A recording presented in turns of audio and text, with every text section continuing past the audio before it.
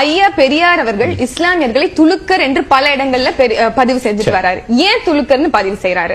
ஆப்கானிஸ்தானுக்கு ஓடுங்க, பர்மால இருந்து வந்த அகதிகள் தானே நீங்க. அதே மாதிரி நீங்க தமிழர்களே இல்ல, இந்த மண்ணின் மக்களே கிடையாது, திருப்பி அங்கேயே போயிடுங்க அப்படின்னு எல்லாம் சொல்லியிருக்கிறாரு ஐயா பெரியார். அந்த மக்களை பாகிஸ்தானுக்கு போன்னு சொல்லிட்டாரு. அந்த மக்களை பார்ப்பனர்களை போலத்தான் இவங்களும் சொல்லிட்டாரு. அந்த மக்களுக்கு இங்க என்ன உரிமைன்னு கேட்டுட்டாரு. இந்த மைனாரிட்டிகளை நம்ப கூடாதுன்னு சொல்லிட்டாரு. அப்படின்லாம் நீங்க சொன்ன அந்த தலைவர் தான் முஸ்லிம்களின் கூட்டத்துல போய் நின்னு முஸ்லிம்களிடையே இருக்கக்கூடிய மூட பழக்கங்களை தைரியமாக எதிர்த்து மீளாது மேடைகள்ல அது மாதிரி பேசின ஒரு லீடரே பார்க்க முடியாது. அவர் மீது கோவப்பட்டாங்கன்னு ஒரு முஸ்லீமே தமிழ்நாட்டில் பார்க்க முடியாது. நீங்க போய் நின்னுட்டு ஒரு மேடையை போட்டு வச்சுக்கிட்டு அந்த மேடையிலே இருந்து அவங்க போட்ட கூட்ட மேடையிலே வச்சு அவங்கள்ட்ட இருக்கக்கூடிய பிரச்சனைகள் எல்லாம் சொல்லி ஒரு லீடரால பேச முடியுமாங்க? நம்ம பேசுவோமா? எந்த கூட்டத்துக்கு போறோமோ அந்த கூட்டத்துல அந்த ஆடியன்ஸ் உடைய மனம் கோணாம எப்படி வெளியே வர்றதுன்னு மட்டும்தான் நம்ம பார்ப்போம். இதுதான் நேச்சர். ஆனா அவரு அங்கேயும் ஒரு வேலையை பண்ணிட்டு இருக்காரு. அங்க போய் அவருக்கு எதெல்லாம் முரண்பாடுன்னா அதெல்லாம் சொல்லியிருக்காரு.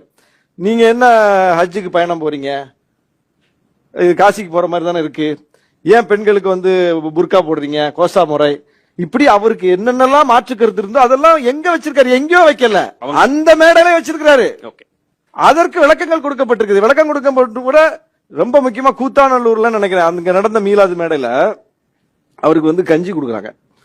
கஞ்சி குடிக்கிறார். அவர் இந்த தாடி மீசை எல்லாம் சேர்ந்துதானே தொங்கும். இந்த குடிக்கிற அந்த கஞ்சி எல்லாம் இந்த மீசையில எல்லாம் ஒட்டி இருக்கு.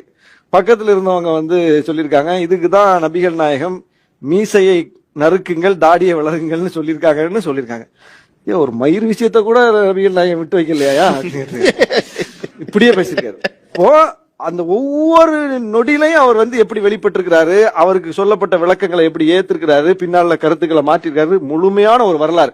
அந்த வரலாறுல போய் நீங்க துண்டு துண்டா தலையும் இல்லாம வால் இல்லாம நடுவுல வெட்டி எடுத்து நீங்க போஸ்ட்மார்டம் பண்ணீங்கன்னா அது தப்பானது, அது அவதூறானது, அது பிழையானது. வரலாறு அப்படி பார்க்க கூடாது. வரலாறை முழுமையா பாருங்க.